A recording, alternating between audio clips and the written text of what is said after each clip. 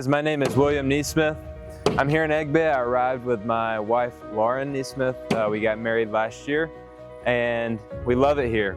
I'm from a small town in Alabama called Gardendale. It's right outside of Birmingham. Grew up in a smaller to medium-sized high school, and then went straight to the military right after that. You know, after serving my 4 years, I wanted to do something very interesting.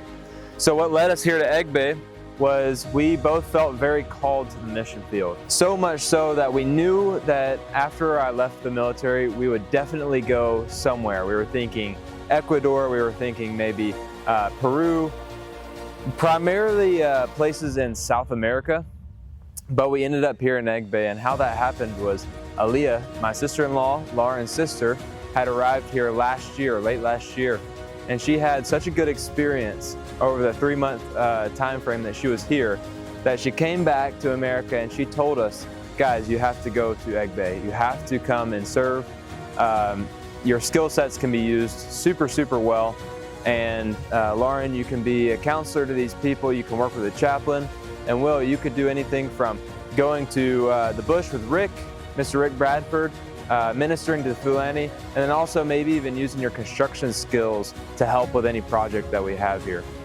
Well, lo and behold, I got here, didn't really know what I was going to do. I just knew I was going to help in any way possible. And this solar project hadn't been started yet. So this solar project wasn't started when we got here. When I got here, this huge project had a time frame. People were going to come in October, start installing the solar panels, and this project was due to be done by the end of the year. Well, right there was a perfect fit for me. I stepped right in and started this project with the help of so many others, like the former construction manager, Mark, and others that were here to help me through the beginning process. And now we're here. Now we're almost done with the uprights and the columns. So after completing these columns, what we have left are the rails, we have the supports, and a few minor other details for this project. And when this project is complete, what it's going to allow us to do is truly amazing. It'll provide 24/7 power for the compound, for the residents, hospital, nursing school, everything. It'll supply power to everything. And the ultimate goal of this compound is to save lives, spiritually and physically. We're a hospital as a whole. So 24/7 power is going to allow us to have things like maybe CT scanners and other equipment that we might not be able to have now. It's going to allow us room for growth, for buildings, for maybe now we can become a training hospital where we have surgeons come for training. It can allow us to have projectors in every room in the nursing school. It can help us to bolster up our unified effort to, number one, evangelize to those who haven't heard the Word of God, and number two, to save lives ultimately.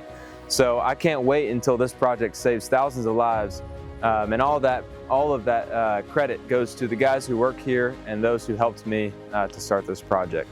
So knowing that I came here and didn't know what I was going to do, God has obviously put me in a place here so that I can really affect change.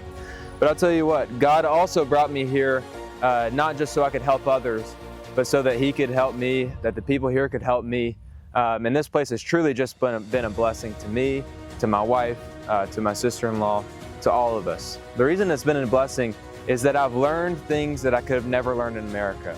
Everyone here is super relational. That's not something that we Americans are used to. We might be used to crossing someone on the street, not even greeting them, but here you greet everyone. Here you have friendships that last. Here you care about other people more than you care about your job.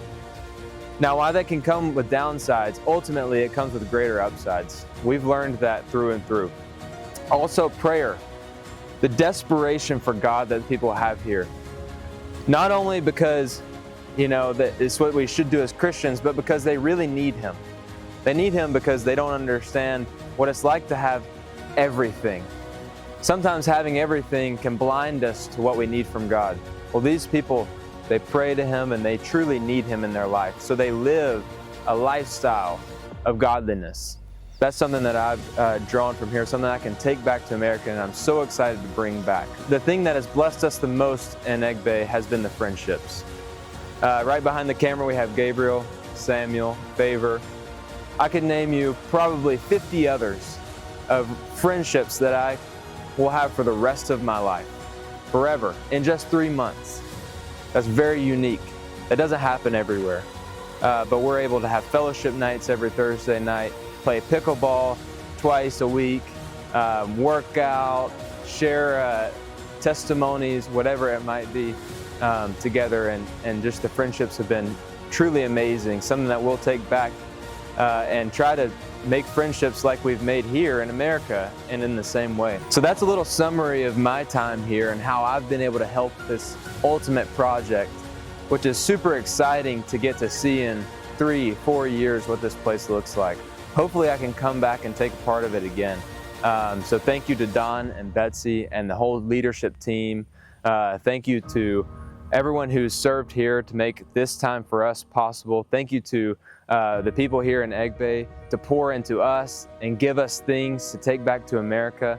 And ultimately, I have to say thank you to God for bringing me here, allowing me to do something that pours into people for the better, something I probably would not have been able to do in America at this time.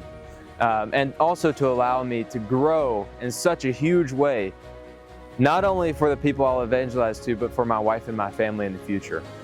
So thank you so much for this time to get to talk and show you what I've done here and show you what I've learned. So I just want to say a big thank you to Egbe Medical Missions for making all of this possible.